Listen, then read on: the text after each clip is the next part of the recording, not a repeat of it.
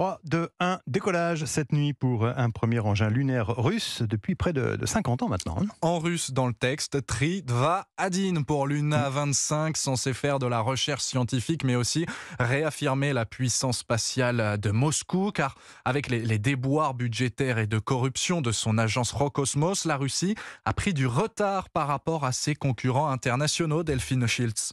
Avec le lancement de la mission Luna 25, cette nuit, la Russie tente de revenir dans ce qui semble être une nouvelle course aux alunissages.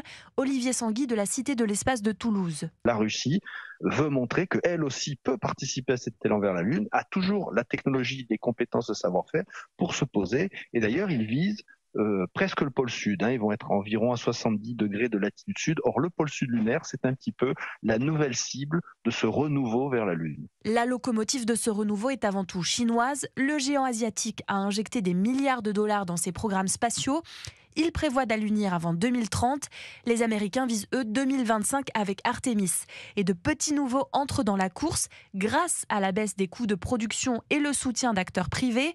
L'Inde prévoit d'allunir fin août. 4 ans après un échec cuisant, car la Lune ne se livre pas facilement. Alunissage raté pour Israël en 2019, pour le Japon en avril dernier. Les explications de Delphine Schiltz pour Europe 1.